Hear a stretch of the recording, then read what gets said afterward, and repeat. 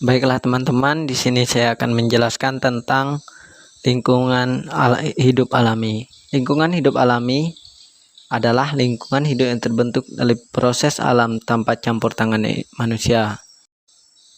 Lingkungan alami terbagi menjadi dua bagian, yaitu lingkungan hidup di air dan lingkungan hidup di darat. Yang pertama yaitu sungai. Indonesia memiliki banyak sungai, baik besar maupun kecil, yang mengalir dari hulu ke hilir. Sungai-sungai ini dapat membantu masyarakat untuk menjalankan aktivitas dan sebagai sumber penghasilan. Itu manfaat sungai bagi kehidupan. Yang pertama yaitu dapat menjadi sumber minum, mandi, mencuci pakaian. Hal ini juga sama dengan fungsi air. Sungai memberikan produk yang berguna bagi manusia seperti ikan untuk makanan, tanah liat untuk batu bata, dan alang-alang untuk membuat atap rumah. Yang keempat yaitu sungai sebagai prasarana transportasi. Itu dapat digunakan untuk mengangkut orang, mengangkut tanaman, dan barang-barang lain menggunakan perahu seperti yang kita lihat seperti biasanya. Yang kelima, sungai dapat digunakan untuk memberikan daya untuk menghidupkan mesin seperti pabrik air atau seperti PLTA dan lain sebagainya.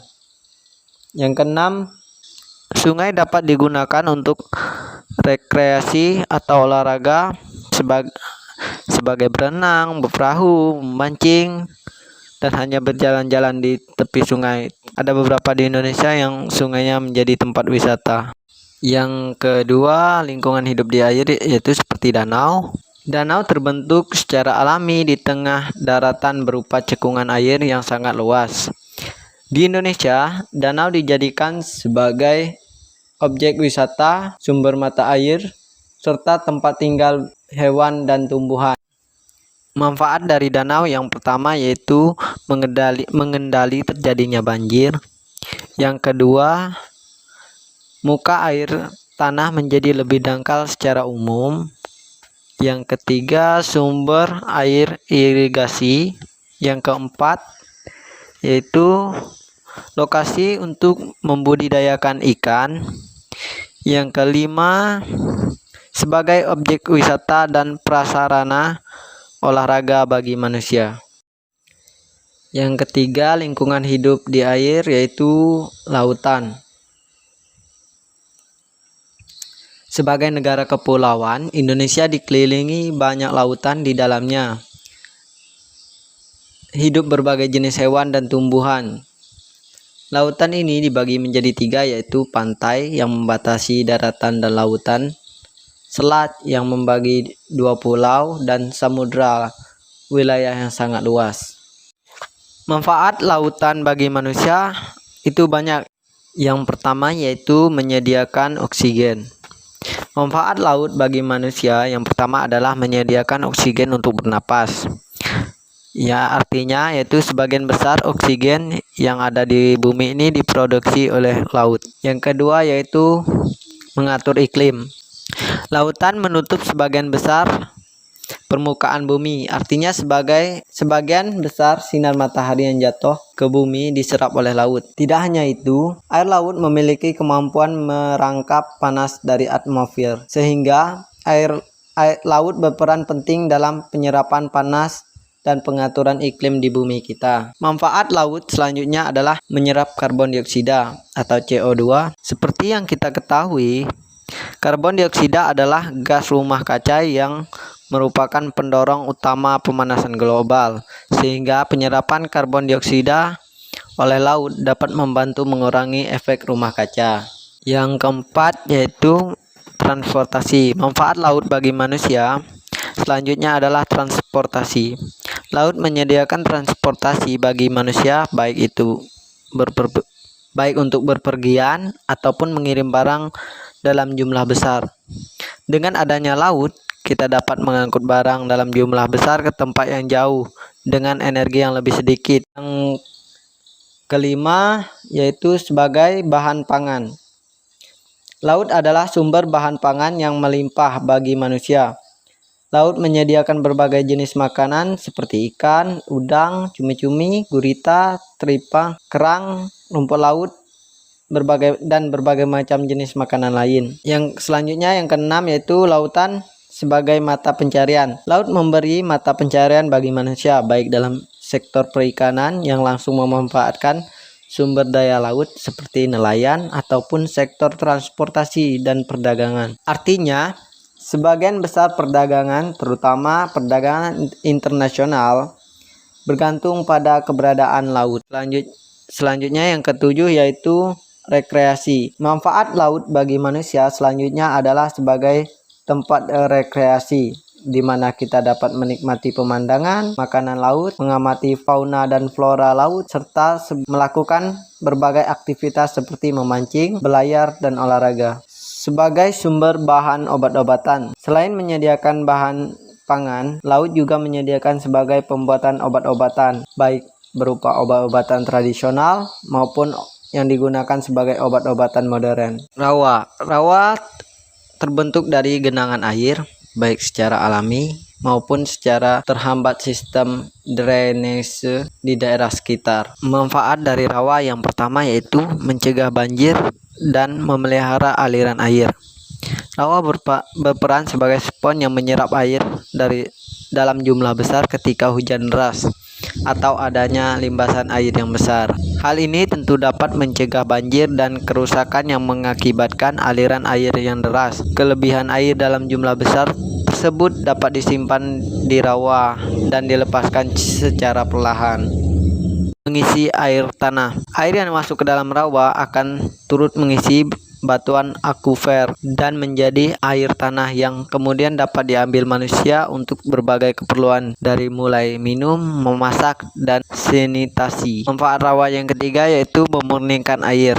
Artinya, rawa dapat memurnikan air yang mengandung zat beracun seperti logam berat sehingga air tersebut menjadi lebih aman digunakan oleh makhluk hidup. Keempat yaitu menyediakan habitat bagi makhluk hidup. Rawa adalah ekosistem paling penting yang menyediakan habitat bagi beberapa makhluk hidup. Rawa memberikan rumah, tempat tinggal, tempat berkembang biak, tempat berlindung, juga tempat istirahat ketika migrasi berbagai jenis makhluk hidup. Manfaat rawa selanjutnya itu menyediakan tempat rekreasi, di mana kita dapat menikmati keindahan alam dengan kita berjalan-jalan, piknik, mengamati berbagai satwa dan tumbuhan, menaiki perahu, dan juga memancing. Bukit disebut juga sebagai gunung kecil karena tingginya kurang dari 500 meter.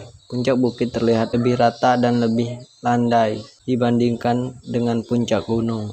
Manfaat bukit yang pertama yaitu lahan perkebunan. Beberapa tanaman hanya bisa tumbuh pada wilayah bukit dan dataran tinggi. Tanaman di antara lain adalah seperti kopi, teh, kakao, dan karet. Tanaman ini semua adalah tanaman bernilai tinggi sehingga bukit sangat penting untuk aktivitas perekonomian. Yang kedua yaitu tempat penyerapan air. Wilayah bukit memiliki peran penting sebagai wilayah resapan air. Daerah daratan tinggi memiliki curah hujan tinggi. Air ini akan diserap oleh bukit dan dikeluarkan sebagai mata air sungai. Karena bisa menyerap dengan baik, bukit harus memiliki lahan pepohonan yang dapat menahan tanah agar tidak terbawa air ketika hujan. Bila pepohonan di bukit hilang, akan terjadi risiko longsor dan banjir. Yang ketiga itu tempat konservasi flora dan fauna. Wilayah perbukitan juga jauh dari permukiman padat. Lokasi yang jauh ini sangat bermanfaat untuk konservasi flora dan fauna karena itu wilayah perbukitan banyak dilindungi sebagai taman nasional. Keempat yaitu tempat wisata. Adanya perkebunan, hutan dan fauna serta flora membuat bukit menjadi tempat wisata. Aktivitas wisata misalnya seperti arung jeram, agrowisata, safari, hiking, dan camping. Aktivitas wisata ini bermanfaat sebagai sumber pendapatan warga sekitar. Gunung memiliki ketinggian lebih dari 500 meter di atas permukaan laut. Gunung dapat dibagi menjadi dua jenis, yaitu Gunung Merapi yang masih aktif sehingga dapat meletus kapan saja. Yang kedua itu gunung mati, bekas gunung berapi yang tidak ada aktif lavanya, tapi dapat aktif kembali, serta gunung biasa memang tidak memiliki aktivitas lava. Manfaat gunung yang pertama yaitu sebagai tempat wisata. Gunung tak hanya untuk pendakian saja, bisa jadi rafting, berkemah, mengamati kehidupan masyarakat lokal hingga menjelajah hutan. Indonesia memiliki 103 gunung dan dengan ciri khas dan cerita yang menarik untuk dikunjungi. Yang kedua yaitu objek edukasi dan penelitian. Ada banyak hal yang bisa dipelajari dari gunung, seperti kekayaan alam, aktivitas vulkanik, hingga kehidupan masyarakatnya. Maka dari itu, gunung menjadi laboratorium alami manusia yang bisa untuk edukasi dan penelitian. Ketiga, yaitu memiliki keanekaragaman hayati yang tinggi. Beberapa gunung ditetapkan sebagai hutan lindung dan berstatus sebagai taman nasional, di Taman Nasional Gunung Gede, Halimun Salak, Taman Nasional Gunung Ranjani. Sebab gunung kaya akan keragaman hayati, terlebih pegunungan di Indonesia yang didominasikan hujan tropis. Lembah sebagai daerah yang subur. Lembah sering dimanfaatkan sebagai lahan pertanian. Dataran landai ini dapat terletak di antara dua tebing yang disebut ngarai atau di bawah gunung yang disebut kaki gunung. Beberapa manfaat lembah. Yang pertama, lahan pertanian. Tanah lembah umumnya berbentuk datar. Tanah lembah juga umumnya dialiri aliran air. Kedua sifat ini membuat lembah sangat cocok sebagai lahan cocok untuk pertanian. Tanaman yang cocok ditanami adalah tanaman yang hidup di daratan rendah dan memerlukan air seperti padi. Bila lembah berada di wilayah yang kering, tanaman yang cocok adalah tembakau, kacang, dan jagung. Yang kedua itu lahan peternak. Lahan yang datar juga biasa memiliki rumput baik dan cocok sebagai tampan untuk berternak. Yang ketiga, wilayah perikanan air tawar. Wilayah yang datar dan memiliki aliran air cocok untuk membuat tambak sebagai perikanan air tawar. Hasil tambak antara lain adalah udang, lele, dan gurami. Yang keempat yaitu tempat permukiman. Wilayah datar cocok sebagai tempat permukiman. Inilah mengapa di berbagai tempat kota besar banyak yang terletak di lembah.